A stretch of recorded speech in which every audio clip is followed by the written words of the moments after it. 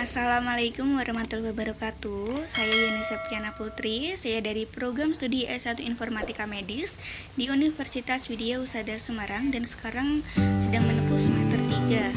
Nah, di sini saya akan menjelaskan mengenai hardware, software, arsitektur jaringan, kemudian komputer hybrid.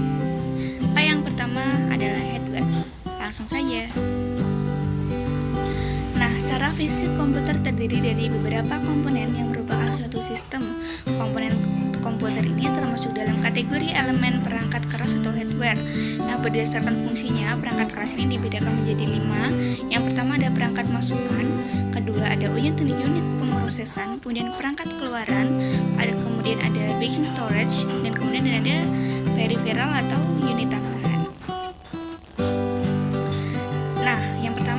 Masukan atau kita sebut sebagai input device. Nah, ini fungsinya untuk memasukkan data dari luar ke dalam suatu memori dan prosesor untuk diolah guna menghasilkan informasi yang dibutuhkan.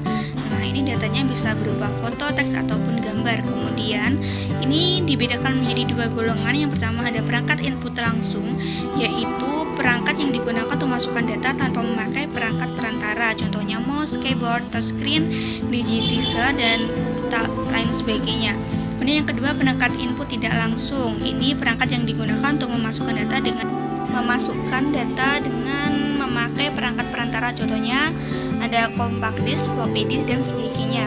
Kemudian ada unit pemrosesan atau process device. Ini contohnya yang pertama ada power supply, kemudian ada RAM atau random access memory, kemudian ada prosesor, motherboard, kemudian ada kartu grafis. Nah, selanjutnya yaitu ada output atau unit keluaran.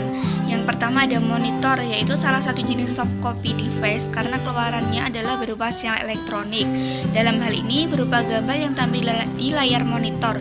Gambar yang tampil adalah hasil pemrosesan data ataupun informasi masukan. Kemudian ada printer yang digunakan untuk mencetak kerjaan kita. Ini bisa berupa teks maupun gambar di atas kertas. Kemudian ada speaker, yaitu untuk menghubungkan sinyal elektrik atau listrik menjadi frekuensi suara dengan jalan memberikan getaran pada komponennya yang berupa membran.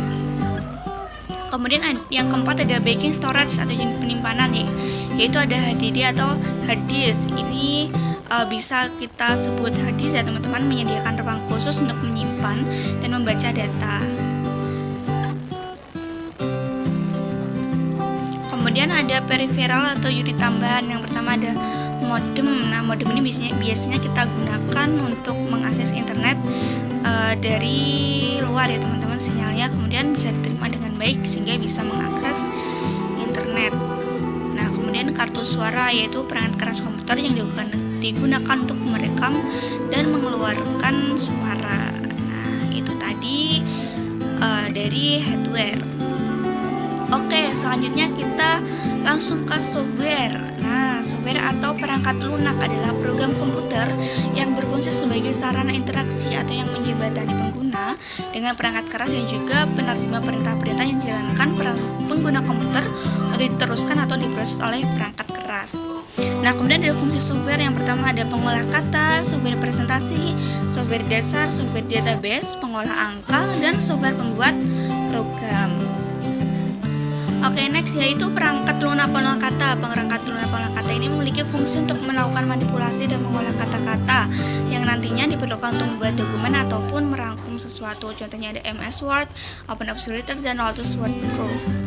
Kemudian pengolah angka. Ini berfungsi untuk melakukan pengolahan angka seperti melakukan perhitungan dan operasi aritmatik lainnya. Nah, ini contohnya biasa kalian gunakan yaitu Microsoft Excel. Kemudian ada software presentasi. Perangkat lunak jenis ini berfungsi untuk membuat sesuatu atau membuat dokumen atau file yang dapat digunakan untuk presentasi yang mana mendukung berbagai animasi yang diperlukan. Contoh-contoh tadi software ya. Kemudian ada software dasar, ini untuk mendukung agar software lainnya dapat berjalan di perangkat komputer atau perangkat kelas lainnya. Contohnya Linux, kemudian sistem operasi Windows. Kemudian ada software pembuat program, adalah untuk mengembangkan program aplikasi lainnya yang dapat disesuaikan dengan kebutuhan pengguna. Ini digunakan untuk menjalankan bahasa pemrograman komputer yang menghasilkan aplikasi sesuai dengan kebutuhan user atau pengguna. Contohnya ada Visual Studio dan Eclipse. Selanjutnya yaitu software database. Ini berfungsi untuk menyimpan data yang dimasukkan serta diolah untuk kebutuhan berbagai pengguna melalui berbagai aplikasi pendukung. Contohnya DBMS. Kemudian ada pengelompokan perangkat lunak berdasarkan fungsi. Yang pertama ada sistem operasi, kemudian ada program utility, bahasa pemrograman, program aplikasi, freeware, free software, open source, dan shareware. Yaitu ada macam-macam perangkat lunak, yaitu sistem operasi, utilitas, kemudian ada device driver, dan penerjemah bahasa. Oke, next yaitu bahasa pemrograman. Ini merupakan notasi yang dipergunakan untuk mendeskripsikan proses komputerisasi dalam format yang dapat dibaca oleh komputer dan manusia. Ini contohnya ada Java, kemudian ada bahasa pemrograman C, kemudian ada PHP. Nah, sering digunakan ya PHP. Oke, selanjutnya ada arsitektur jaringan. Nah, arsitektur jaringan bisa dikatakan sebagai rancangan arus komunikasi pada media elektronik. Ini juga merupakan himpunan layar atau lapisan serta protokol. Layar tersebut nantinya bertujuan untuk memberikan layanan pada layar yang terdapat di atasnya. Kemudian pembikin arsitektur jaringan ada LAN, MAN, dan WAN. LAN ini biasa menghubungkan sebuah perangkat ke internet dengan menggunakan perangkat jaringan sederhana. Ini mencakup area lokal. Kemudian ada MAN, ini jangkauannya lebih luas jika dibandingkan dengan LAN. Kemudian ada WAN. Nah, jika MAN digunakan untuk menghubungkan jaringan antar kota, WAN untuk menghubungkan jaringan antar negara. Kemudian ada arsitektur topologi jaringan, ada topologi bus, topologi star, kemudian ada topologi ring. Oke, selanjutnya yaitu ada komputer hybrid. Ini materi yang terakhir. Nah, ini adalah jenis komputer yang dibangun untuk menggabungkan dua jenis komputer lain, komputer analog dan komputer digital. Hal ini karena komputer hybrid memiliki komponen yang menjadi jembatan yang menjalankan fungsi komputer digital dan komputer analog. Perancang menggabungkan fungsi komputer analog yaitu menerjemahkan data analog dan hasilnya adalah komputer digital yang bisa mengubah data algoritma dan aritmatika sehingga hasil data dapat tampilkan. Nah, ini cara kerja komputer hybrid. Yang pertama, komputer menerima data berupa data analog melalui sinyal tertentu. Kemudian setelah menerima data analog, itu juga diterjemahkan dan dianalisis dalam sel analog untuk melewati langkah penerimaan.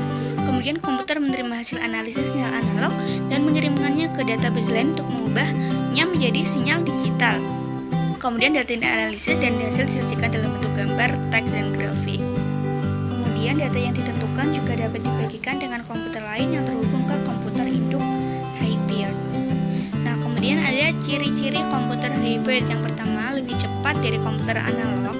Kemudian yang kedua, lebih akurat daripada komputer digital. Yang ketiga, dapat mempresentasikan data secara langsung sebagai gambar dan teks. Oke, selanjutnya berikut beberapa contoh komputer hybrid yang paling umum, yaitu penggunaan komputer hybrid untuk pengolahan data di rumah sakit, kemudian untuk memproses data produksi di pabrik dan fasilitas produksi, kemudian penggunaan komputer hybrid dalam robotika, kemudian penggunaan komputer hybrid untuk alat kesehatan yang telah terkomputerisasi. Oke, teman-teman, hanya itu yang saya sampaikan. Terima kasih, semoga bermanfaat. Wassalamualaikum.